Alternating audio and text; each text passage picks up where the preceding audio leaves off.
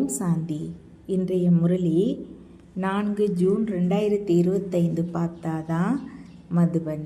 இனிய குழந்தைகளே, இப்போது நீங்கள் ஸ்ரீமத் படி அமைதியின் உச்சத்திற்கு செல்கிறீர்கள். உங்களுக்கு தந்தையிடமிருந்து அமைதியின் ஆஸ்தி கிடைக்கிறது. அமைதியில் அனைத்தும் வந்து விடுகின்றன. கேள்வி: புது உலக படைப்பிற்கு முக்கிய ஆதாரமாக இருப்பது எது? பதில்: தூய்மை. தந்தை எப்போது பிரம்மாவின் உடலில் வந்து புதிய உலகை படைப்பாரோ அப்போது நீங்கள் உங்களுக்குள் சகோதர சகோதரி ஆகிறீர்கள். ஆண் பெண் என்ற உணர்வு விலகுகிறது. இந்த கடைசி பிறவியில் பவித்திரமாவதால் பவித்திர உலகின் எஜமானர் ஆகிறீர்கள். நாங்கள் சகோதர சகோதரிகளாக இருப்போம். விகார உணர்வோடு பார்க்க மாட்டோம். ஒருவர் பிறரை எச்சரிக்கை செய்து முன்னேறுவோம் என உங்களுக்குள் உறுதிமொழி எடுக்கிறீர்கள். பாட்டு: விழித்தெழுங்கள் மணப்பெண்களே, விழித்தெழுங்கள். ஓம் சாந்தி. இனிமையிலும் இனிய குழந்தைகள், பாடலை கேட்டீர்கள். புத்தியில் சுயதர்சன சக்கரம் சுற்றுகிறது. தந்தையையும் சுயதர்சன சக்கரதாரி என்று சொல்கிறார்கள். ஏன் என்றால் உலகின் முதல் இடை கடைசி அறிவதே சுயதர்சன சக்கரதாரி ஆவதாகும். இந்த விஷயங்களை தந்தையை தவிர வேறு யாரும் புரிய வைக்க முடியாது. பிராமணர்கள் உங்கள் எல்லாவற்றிற்கும் ஆதாரமாக இருப்பது அமைதி. சாந்தி தேவா, அமைதியை கொடுப்பவரே என்று எல்லா மனிதர்களும் அழைக்கிறார்கள். எனினும் அமைதியை கொடுப்பவர் யார் அல்லது சாந்தி தாமத்திற்கு அழைத்து செல்பவர் யார் என்பது யாருக்கும் தெரியவில்லை. இது குழந்தைகள் உங்களுக்கு மட்டும் தெரியும். பிராமணர்களே சுயதர்சன சக்கரதாரிகள் ஆகிறார்கள். தேவர்களை சுயதர்சன சக்கரதாரிகள் என்று சொல்ல முடியாது. எவ்வளவு இரவு பகல் வித்தியாசம் இருக்கிறது. நம்பர் 1, முயற்சிக்கு தக்கபடி நீங்கள் ஒவ்வொருவரும் சுயதர்சன சக்கரதாரியாக இருக்கிறீர்கள் என்று தந்தை குழந்தைகள் உங்களுக்கு புரிய வைக்கிறார். தந்தையை நினைவு செய்வதே முக்கிய விஷயம். தந்தையை நினைவு செய்வதே அமைதியின் ஆஸ்தியை பெறுவதாக இருக்கிறது. அமைதியில் எல்லாம் வந்து விடுகின்றன. உங்கள் ஆயுளும் அதிகமாகிறது. உடலும் நோயற்றதாக மாறிக்கொண்டே போகிறது. தந்தையை தவிர வேறு யாரும் சுயதர்சன சக்கரதாரியாக மாற்ற முடியாது. ஆத்மாவே அப்படி ஆகிறது. தந்தையும் அப்படி இருக்கிறார். ஏனென்றால் அவரிடம் உலகின் முதல் இடை கடைசி ஞானம் இருக்கிறது. இப்போது புது உலகம் படைக்கப்படுகிறது என்ற பாடலையும் கேட்டீர்கள். மனிதர்களே பாடல்களை உருவாக்குகிறார்கள். தந்தை அமர்ந்து சாரத்தை புரிய வைக்கிறார். அவர் அனைத்து ஆத்மாக்களுக்கும் தந்தை. எனவே எல்லா குழந்தைகளுக்கும் தமக்குள் சகோதரர்களாக இருக்கிறீர்கள். தந்தை புதிய உலகை படைக்கும் போது நீங்கள் பிரஜாபிதா பிரம்மா மூலமாக சகோதர சகோதரிகள் ஆகிறீர்கள். ஒவ்வொருவரும் பிரம்மா குமார் குமாரியாக இருக்கிறீர்கள். இது புத்தியில் இருந்தால் ஆண் பெண் என்ற உணர்வு விலகிவிடும். நாமும் உண்மையில் சகோதரர்களாக இருக்கிறோம் என்பதை மனிதர்கள் புரிந்து கொள்வதில்லை. தந்தை படைப்பை படைக்கும் போது நீங்கள் சகோதர சகோதரிகள் ஆகிறீர்கள். குற்றப்பார்வை நீங்கிவிடுகிறது. பதித்த பாவனரே என நீங்கள் அழைத்து வந்ததை தந்தை நினைவூட்டுகிறார். இப்போது நான் வந்திருக்கிறேன். இந்த கடைசி பிறவியில் பவித்திரமாக இருங்கள். அப்போது நீங்கள் பவித்திர உலகிற்கு எஜமானராவீர்கள் என்று நான் உங்களுக்கு சொல்கிறேன். இந்த கண்காட்சி படங்கள் உங்கள் ஒவ்வொரு வீட்டிலும் இருக்க வேண்டும். ஏனென்றால் குழந்தைகள், நீங்கள் பிராமணர்கள். உங்கள் வீடுகளில் இந்த படங்கள் அவசியம் இருக்க வேண்டும். இவற்றை வைத்து புரிய வைப்பது மிக எளிது. 84 பிறவிகளின் சக்கரம் புத்தியில் இருக்கிறது. நல்லது, உங்களுக்கு ஒரு பிராமணியை கொடுப்போம். அவர் வந்து சேவை செய்து விட்டு போவார். நீங்கள் கண்காட்சி நடத்துங்கள். பக்தி மார்க்கத்திலும் ஒருவருக்கு கிருஷ்ண பூஜை செய்ய தெரியாத போது, மந்திர தந்திரங்கள் தெரியாத போது பிராமணரை அழைக்கிறார்கள். அவர் தினந்தோறும் வந்து பூஜை செய்கிறார். நீங்களும் அழைக்க முடியும் பிராமணியை. இது மிக எளிது. தந்தை பிரஜாபிதா பிரம்மா மூலமாக உலகை படைத்த போது நிச்சயம் பிரம்மா குமார் குமாரிகள் சகோதர சகோதரிகளாகி இருப்பார்கள். நாம் இருவரும் சகோதர சகோதரியாக இருப்போம். விகார பார்வை பார்க்க மாட்டோம். ஒருவர் பிறரை எச்சரிக்கை செய்து முன்னேறுவோம் என உறுதிமொழி கொடுக்கிறீர்கள். முக்கியமானது நினைவின் யாத்திரை. அந்த மனிதர்கள் அறிவியல் பலத்தால் எவ்வளவு மேலே போக முயற்சி செய்கிறார்கள். எனினும் மேலே எந்த உலகமும் இல்லை. இது அறிவியலின் உச்சத்திற்கு போவதாகும். இப்போது நீங்கள் ஸ்ரீமத் படி அமைதியின் உச்சத்திற்கு போகிறீர்கள். அவர்களுடையது அறிவியல், இங்கே உங்களுடையது அமைதி. ஆத்மா சுயம் அமைதி ஸ்வரூபம் என்பது குழந்தைகளுக்கு தெரியும். இந்த சரீரத்தின் மூலமாக பாகத்தை மட்டும் நடிக்க வேண்டியிருக்கிறது. கர்மம் இல்லாமல் யாரும் இருக்க முடியாது. தன்னை உடலிலிருந்து வேறான ஆத்மாவாக உணர்ந்து தந்தையை நினைவு செய்தால் உங்கள் விக்கர்மங்கள் அழியும் என்று தந்தை சொல்கிறார். இது மிக எளிது. எல்லோரையும் விட அதிகமாக யார் எனது பக்தர்களோ, அதாவது சிவனுக்கு பூஜை செய்பவர்களோ, அவர்களுக்கு புரிய வையுங்கள். சிவபாபாவிற்கு மிக உயர்ந்த பூஜை நடக்கிறது. ஏனென்றால் அவரே அனைவருக்கும் சத்கதி அளிக்கும் வள்ளல் தந்தை வந்திருப்பது இப்போது குழந்தைகள் உங்களுக்கு தெரியும். அவர் எல்லோரையும் கூடவே அழைத்து செல்வார். நாடகப்படி நாமும் நமது நேரத்தில் கர்மாத்தீத்த நிலையை பெறுவோம். பிறகு அழிவு ஏற்படும் ஆத்மாக்கள் நாம் சதோ பிரதானமாக மாறுவதற்கு அதிக முயற்சி செய்ய வேண்டும். தந்தையின் ஸ்ரீமத் படி நடக்க வேண்டும். ஸ்ரீமத் பகவத்கீதை என்று சொல்கிறார்கள். அதற்கு எவ்வளவு பெரிய புகழ் இருக்கிறது. அனைத்து குணங்களும் நிறைந்தவர்கள், முற்றிலும் விகாரமற்றவர்கள் என்று தேவர்களுக்கு புகழ் பாடுகிறார்கள். தந்தையை முழு தூய்மையாக்குகிறார். எப்போது உலகம் சம்பூர்ண பதித்தமாகிறதோ அப்போது தந்தை சம்பூர்ண தூய்மையாக்குகிறார். நாங்கள் பகவானுடைய குழந்தைகள் என்று எல்லோரும் சொல்கிறார்கள். அப்படியானால் சொர்க்கத்தின் ஆஸ்தியை நிச்சயம் பெற வேண்டும். பிரஜா பிதா பிரம்மா மூலமாக இப்போது நாம் சகோதர சகோதரிகள் ஆகிறோம். கல்பம் முன்ன தந்தை வந்திருந்தார். சிவஜெயந்தி கொண்டாடுகிறார்கள். நிச்சயம் பிரஜாபிதா பிரம்மாவின் குழந்தைகளாக இருப்பார்கள். பாபா, நாங்கள் எங்களுக்குள் கம்பெனியனாக பவித்திரமாக இருப்போம், நீங்கள் சொல்லும் வழியில் நடப்போம் என்று தந்தையிடம் உறுதிமொழி கொடுக்கிறீர்கள். இது ஒன்றும் பெரிய விஷயமில்லை. இப்போது இது கடைசி பிறவி, இந்த மரணலோகம் அழிய வேண்டும். இப்போது நீங்கள் புத்திசாலியாகி இருக்கிறீர்கள். ஒருவர் தன்னை பகவான் என்று சொல்கிறார். அனைவருக்கும் சத்கதி கொடுக்கும் வள்ளல் என்று பகவானை சொல்வார்கள். அப்படி இருக்க இவர் எப்படி தன்னை அப்படி சொல்ல முடியும்? இருந்தும் இது நாடகத்தின் விளையாட்டு என்பதை புரிந்து கொள்கிறீர்கள். தந்தை குழந்தைகள் உங்களை சுயதர்சன சக்கரதாரிகளாக மாற்றுகிறார். இப்போது சேவையில் மூழ்கிருங்கள் என்று தந்தை சொல்கிறார். ஒவ்வொரு வீட்டிலும் கண்காட்சி நடத்த வேண்டும். இதை போன்ற பெரிய புண்ணியம் வேறு எதுவும் இருக்க முடியாது. ஒருவருக்கு தந்தையின் வழியை சொல்ல வேண்டும். இதைவிட பெரிய தானம் எதுவும் இருக்க முடியாது. என்னை நினைவு செய்தால் பாவங்கள் அழியும் என்று தந்தை சொல்கிறார். பதித்த பாவனரே, விடுதலை கொடுப்பவரே, வழிகாட்டியே வாருங்கள் என்று இதற்காகவே தந்தை அழைக்கிறார்கள். பாண்டவர்கள் என உங்கள் பெயரும் பாடப்படுகிறது. தந்தையும் வழிகாட்டியாக இருக்கிறார். அவர் அனைத்து ஆத்மாக்களையும் அழைத்து செல்வார். அவர்கள் மனித வழிகாட்டிகள், இவர் ஆன்மீக வழிகாட்டி.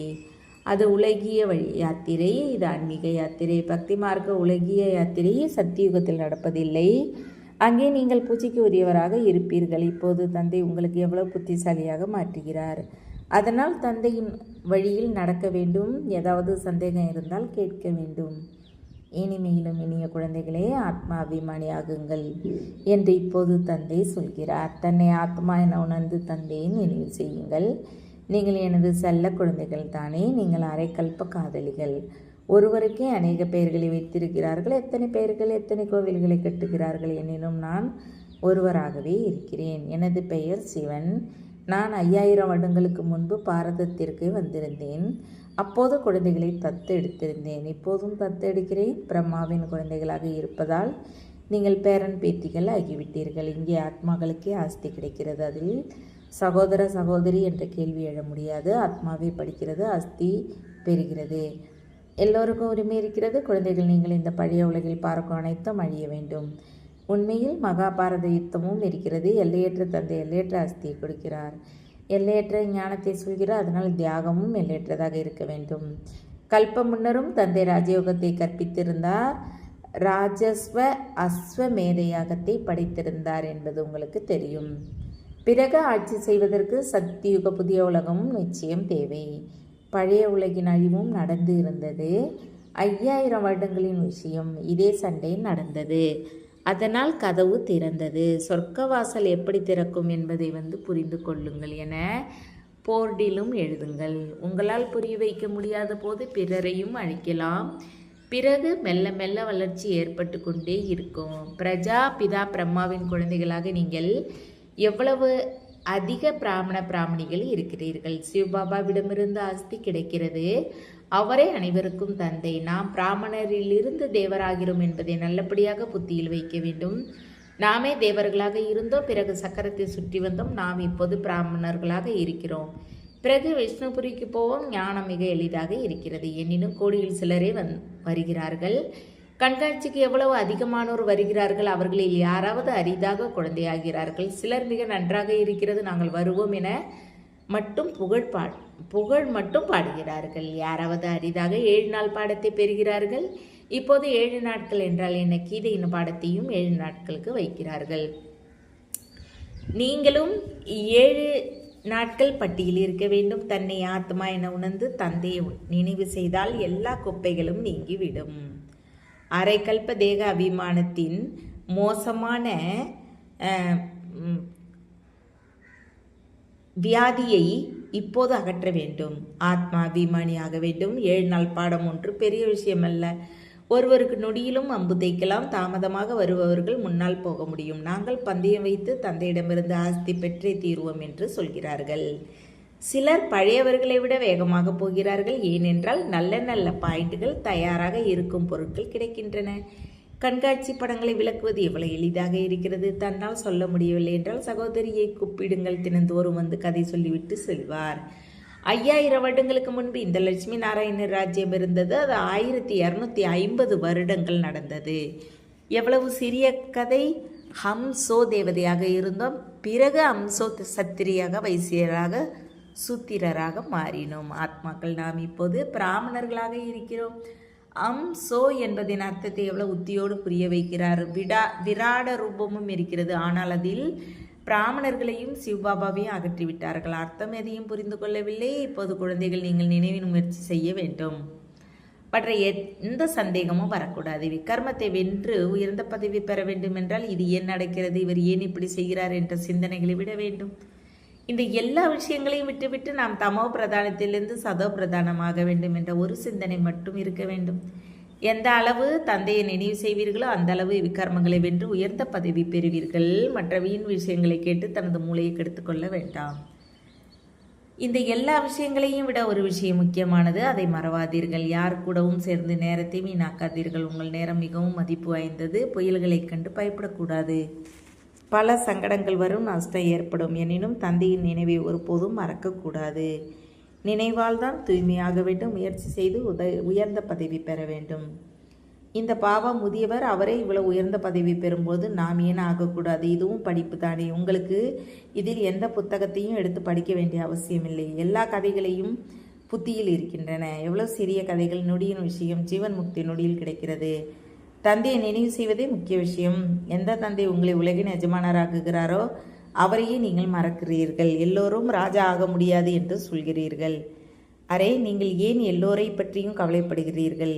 எல்லோருக்கும் எப்படி ஸ்காலர்ஷிப் கிடைக்கும் என்று பள்ளிக்கூடத்தில் யாராவது கவலைப்படுவார்களா என்ன?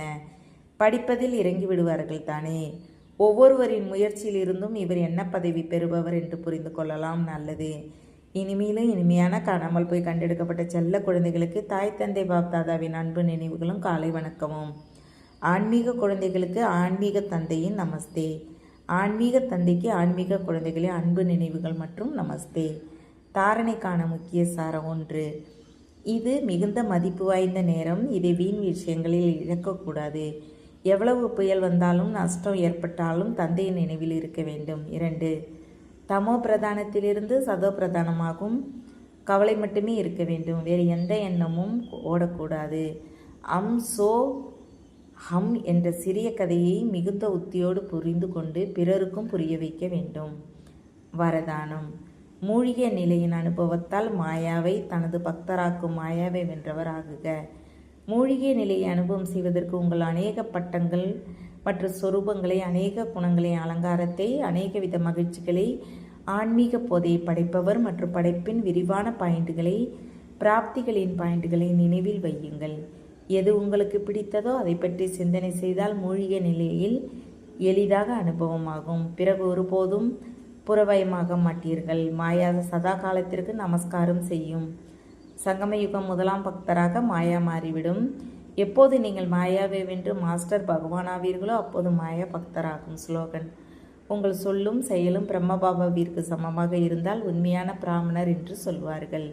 அவ்யக்த சைகை. ஆன்மீக ஸ்திதியில் இருக்கும் பயிற்சி செய்யுங்கள். அகநோக்கில் இருங்கள்.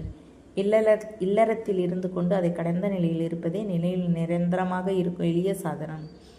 கடந்த நிலை என்றால் ஆன்மீக ரூபம். அப்படி ஆன்மீக ரூபத்தில் இருப்பவர் சதா விலகியும் தந்தைக்கு பிரியமாகவும் இருப்பார். அவர் என்ன வேண்டுமானாலும் செய்வார். எனினும் வேலை செய்யாமல் விளையாடியதைப் போல உணர்வார். அவரது ஆன்மீக கண்கள் ஆன்மீக தோற்றம் அப்படி தெய்வீக கண்ணாடியாகிவிடும். அந்த கண்ணாடியில் ஒவ்வொரு ஆத்மாவும் எந்த முயற்சியுமின்றி தனது ஆன்மீக சொரூபத்தை பார்ப்பார்கள். ஓம் சாந்தி.